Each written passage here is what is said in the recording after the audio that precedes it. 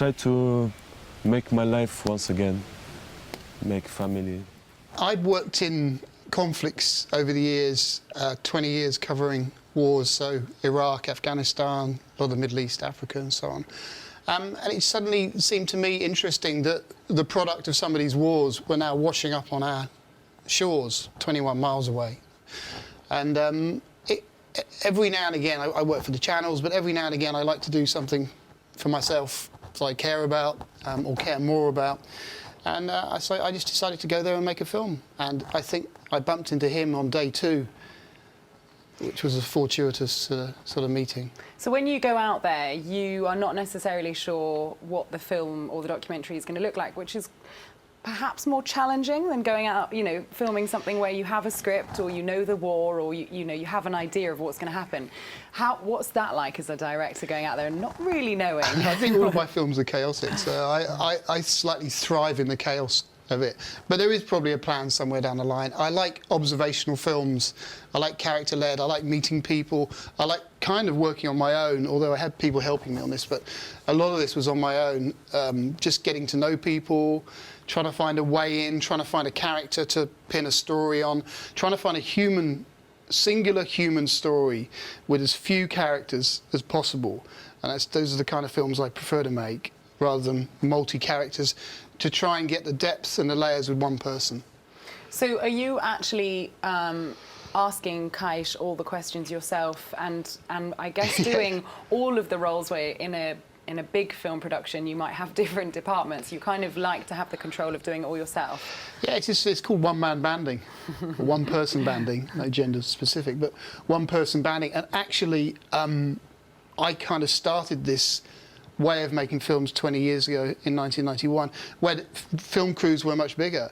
And I was thinking, well, why don't we just do it on our own? And so the first film I made, which was for sold to Channel 4, was exactly that. And it's become much more common now. Much more common way of filming, just a single operator. So tell me more about this storyline. It follows 30-year-old Kaish, a dad from Tunisia, who has found himself in the Calais jungle. What do we see him go through? Kind of everything.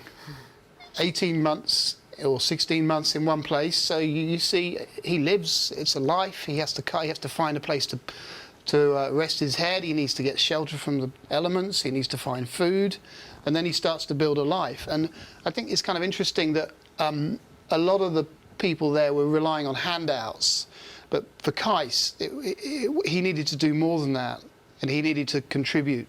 So the story then moves on a chapter where he starts to help his other people that are living in the jungle, help build things, build houses, get food. So for him, it was more than just survival. He had to make a life for himself. Now, it was a 2-year project making this. How long were you actually out there filming for, and what's that like? What's it like being on the ground there? It can be tough because it's quite lawless in places, but it can also be very friendly, you know, super friendly. Probably, I used to say this is the friendliest place in Europe, because you've got people from many different nationalities all living side by side, in general living quite amicably, although tensions did flare, but for the most part, and they've got a lot of time on their hands. So you go into a cafe, they had cafes and restaurants, and just kind of cheap ones, but you'd sit there and then someone would come up and say, where are you from? And you start talking. So for me, it was a challenge, but it wasn't a massive challenge because I had a history of working in the countries that many people came from.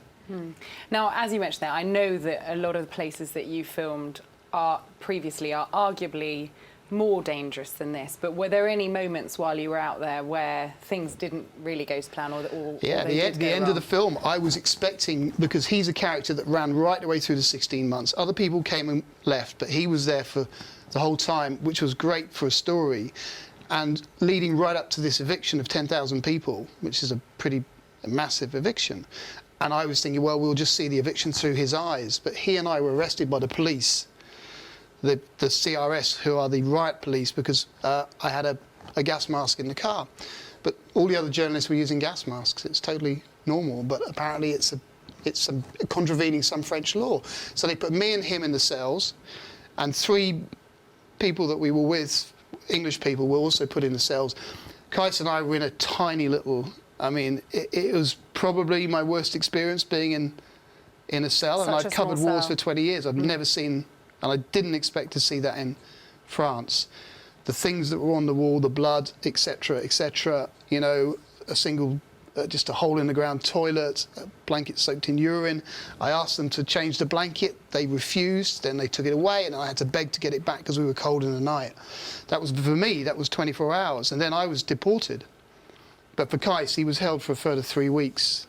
In that small cell? No, he was moved to a detention centre, but it was pretty grim for him. And it was very hard for me leaving, because he's a friend of mine. You know, you get close to somebody over filming for that period of time. And for me to go back into the cell and tell him we're being deported, and him having to stay there, you know, and he was really quite disturbed. And the French cops were just laughing. You know, it was quite tough leaving him there. Rather insensitive to the situation. Now, do you think people are aware of what's going on, as you say, on our shores, basically? 21 Miles is the name of the film. Do you think people have an awareness of perhaps quite how bad it is out there, and that it's happening so close to home? It was a shock for me, being so close, to be in what is effectively a refugee camp. And I've filmed in refugee camps from Rwanda onwards, you know, Congo, Middle East, etc.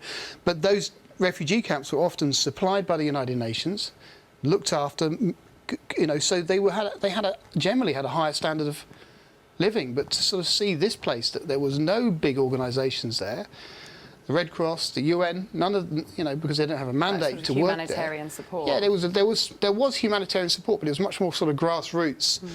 Médecins Sans Frontières, MSF, they take a more bold approach, and they would be there. But the standard of living, you know, was pretty poor in this camp, and even poorer in Dunkirk, which was 20, 30 miles away. And in making this, you know, when you started, you didn't necessarily know where the story was going to go, but now having completed it, what do you hope that people take away with them when they watch it? Is there now a message that you want to send with it? The attempt is to humanise the stories of migrants, well, particularly one story, and this is a story of a man trying to get to his son. So it's a story that most people should be able to, I think, understand, and that's all really my aim, is to try and humanise these stories, so they're not just statistics, they're not just figures, that people can empathise. Now, without giving too much away, because we want people to obviously watch the film, are you still in touch with Kais? You know, you said that you developed that bond throughout filming. It was difficult to leave when you were in the cell. Have you sort of followed his story and yeah, what's we're still happening friends. We still connect and we still talk on an almost daily basis. I won't give away where he is, because that comes out in the story. But yeah, it's one of those things in filmmaking. You get close to people, and I try to keep contact with people I film, but especially him. Yeah. Well, Richard, thank you so much. It's been a pleasure speaking to you about this, and I wish you the best of luck with it. Thank you. Richard Parry there, his new film 21 Miles is out now.